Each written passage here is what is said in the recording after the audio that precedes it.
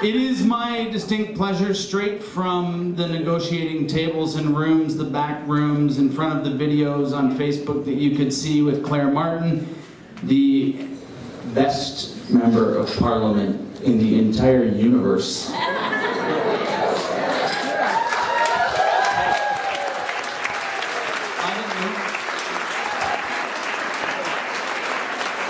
What award are you gonna, come on up. What award are you gonna win this year? Miss Congeniality.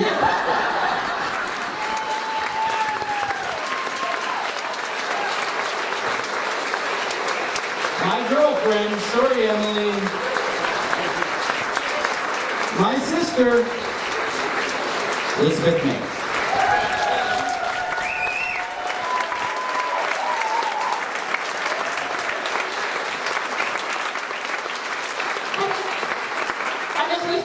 Did we acknowledge territory? And he said, well, I just want to acknowledge that we're on traditional territory of Coast Salish here, Swinold and Songies. Yeah, sorry about that. Hi, Chicago. So, and Merry Christmas. And I'm entirely thrilled, as Francis said, and as Joanne said, I mean, we have been going through a post-election, post-traumatic election disorder period.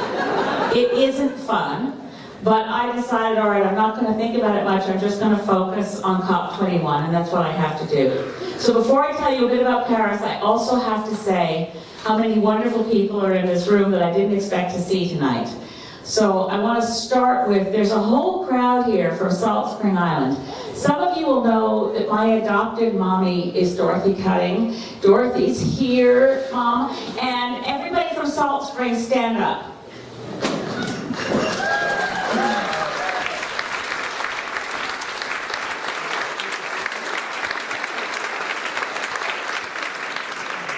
And everybody from Galliano, which may only be Andrew Loveridge. Where are you? Galliano is here.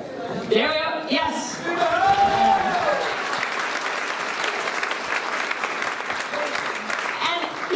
Standing up, so wave if you're from Main Island. And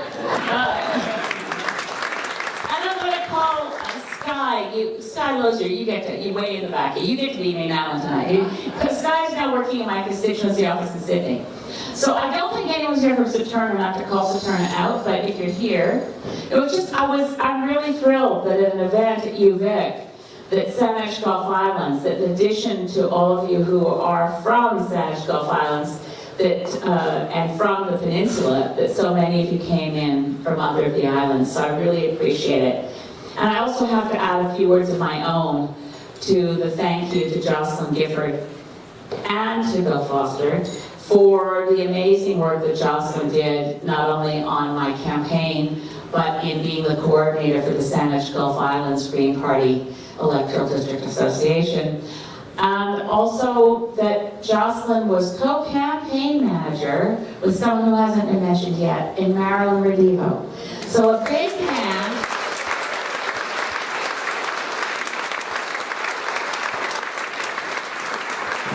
Stay back there. Thank you. So it's kind of perfect when you think about the Green Party and you think about other political parties, and the kind of hard-bitten operatives in the back room, the boys in the back room, the guys who live for politics, who sort of have the general, what would we call it, the kind of swagger of paid killers. And I've got Jocelyn and Marilyn running the campaign. They're hard. Oh, they're so brilliant. So I'm so grateful, and it was, and for every campaign, for Victoria, for Joanne, for Esquimalt Saanich Sioux, for the wonderful campaign teams that worked so hard.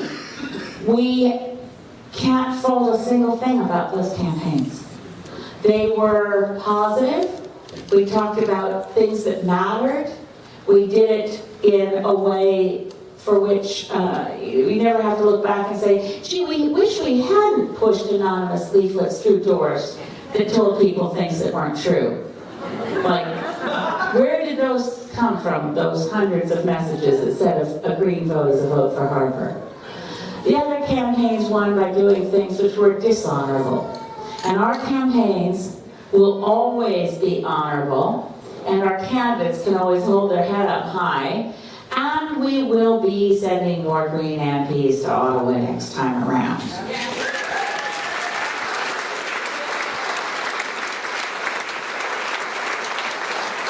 And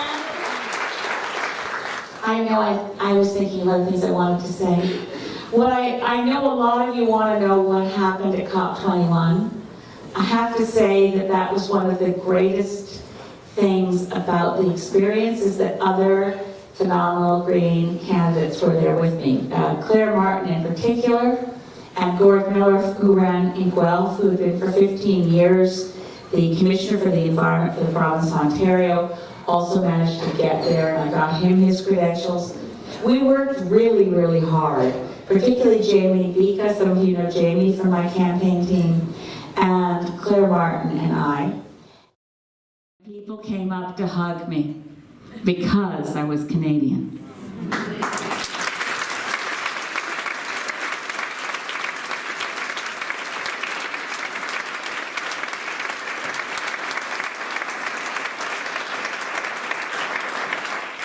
So, we are Greens. We're not federal Liberals. We're Greens. We believe in a parliament that represents Canada. We believe in a Canada that works together. And when we can work well with other parties, which is what we intend to do, that's great. But goodness knows, they're going to need our voices. They're going to need knowing we're back in strength. If we get a by-election, we got to get in there between now and 2019 and get more Greens in federally because we are needed. What we have to fight against now, this is something Bill Henderson sent to me in an email. It's absolutely brilliant. Bill Henderson, Salt Spring, Chilliwack. He wrote me and I said, he was watching something I'd done right before going to Paris, and he said, it's going to be hard for this country. Because as Neil Sedaka almost said in 1962, waking up is hard to do. We've got to wake up. We've got to reclaim who we are as a country. And having done a lot of media interviews in the last few weeks, we've got to figure out how to tell people whose easy trick is to be cynical, that we don't have time for them anymore. And we've got to watch out for the far left and the far right converging on. Doesn't matter what you did in Paris, doesn't matter to hell beats because it'll never work. We have to watch out for people who have invested themselves in cynicism. And we have to be able to reclaim that higher ground. We have to be the beacon that directs where Trudeau finds his sunny ways. And we can do that because we've been doing it already.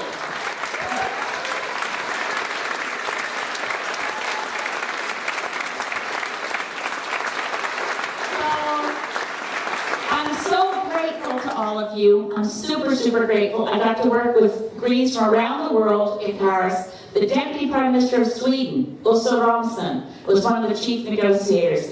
The Greens from New Zealand want to come here and help us fight the fight that you heard about earlier from Bob Mackay. We have to get proportional representation in Canada, and New Zealand Greens will come here and tell Canadians how much better it is. The Australian Greens, the Germans, they all look at us and say, and Carolyn Lucas, God love her, the only returning Green Party member of Parliament in the UK. And they had such high hopes, their trajectory was just like ours. And their horrible government got a majority with 24% of the popular vote. That's what Gordon Campbell, maybe Gordon Cameron, 24% of the popular vote. So we're looking at this and thinking, we have to change this. Together we can change it. And I was never prouder to be a Green Party leader in a federal, in an international conference than being with my colleagues from around the world who said, when you go back to Canada, and they all said this, because I said, I feel like such a failure. We didn't get the Greens elected. It's just been, I do feel like that. And to have Greens from New Zealand and Germany and Australia and Austria and Sweden and Finland and on say, and Belgium too. You don't know? looking at the Green Party in Canada. Because you have such a challenge with that horrible voting system. And you got more votes in an election than any Green has ever gotten before. And I didn't know that till I heard it from my friends in Germany and France.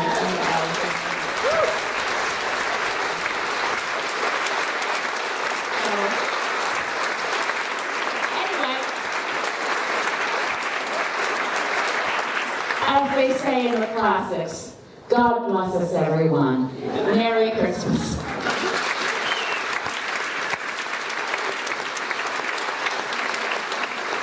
Thank you, Elizabeth.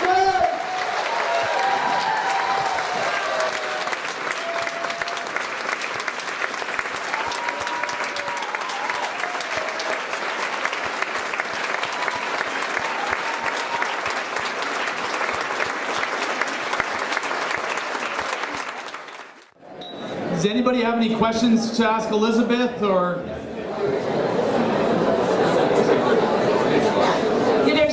I see a few hands. I see Richard.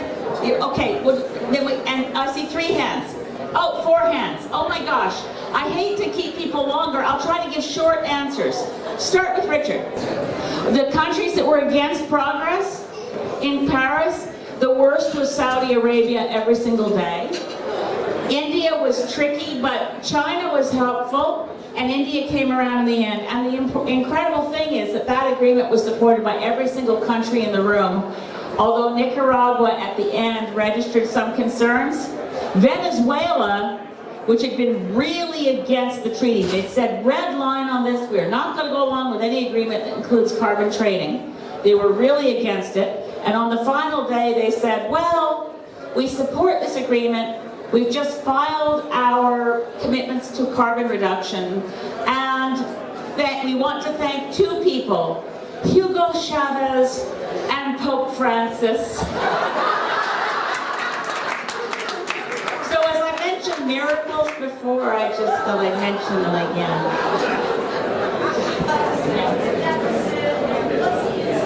Okay, so the question is, what's the inside scoop on the federal budget between deficits and surplus and so on? Well, the books that were handed over, we were all told during the election that they had, surprise, going to have a surplus this year. Surprise, we're not.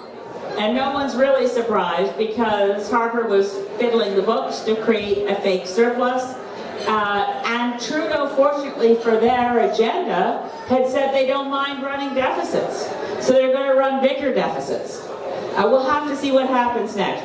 For Christmas and his birthday, being the same day, in Paris, I managed to hand off, he hadn't opened it, he didn't have time at that moment, Justin Trudeau's birthday and Christmas present was Joseph Stiglitz's book, The Price of Inequality.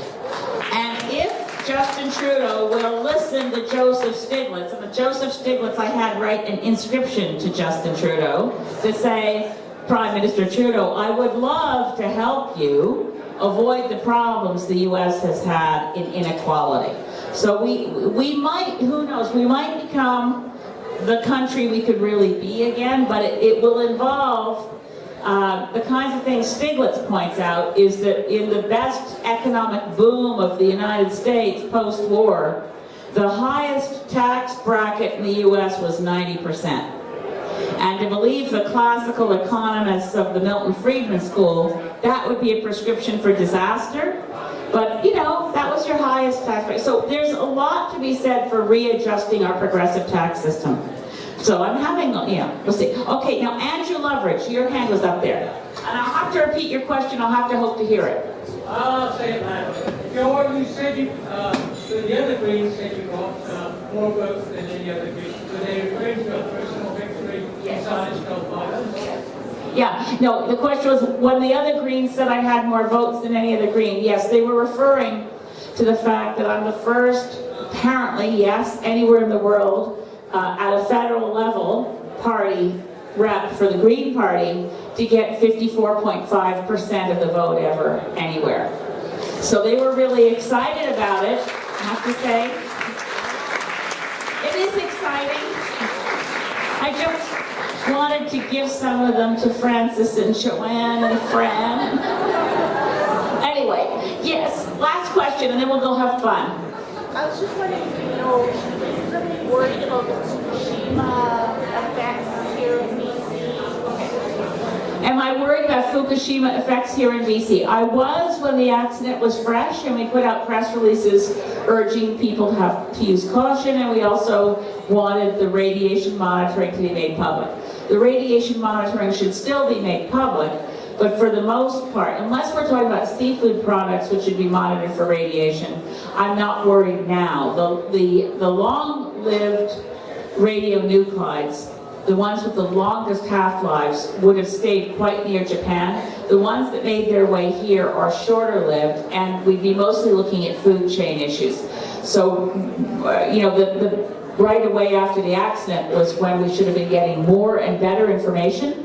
Now I believe we should have more and better information, because I think for the most part it would be reassuring for people.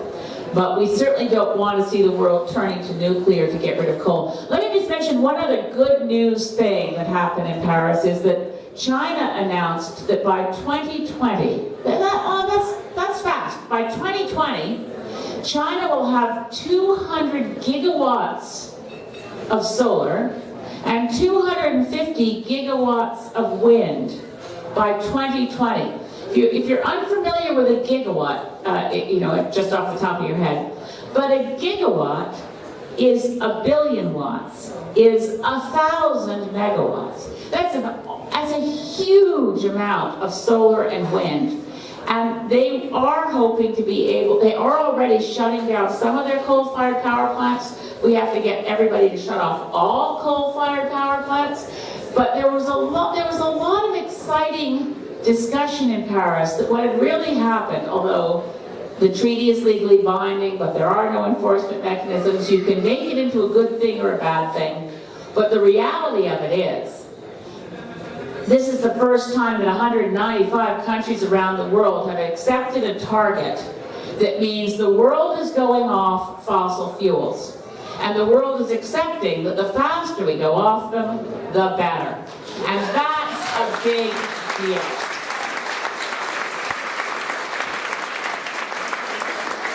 Thank you, Elizabeth. I hear you're taking a week off. 2 weeks off? 1 week off? She's taking some time off.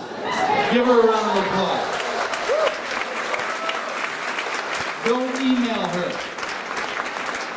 for a week or so she can sleep.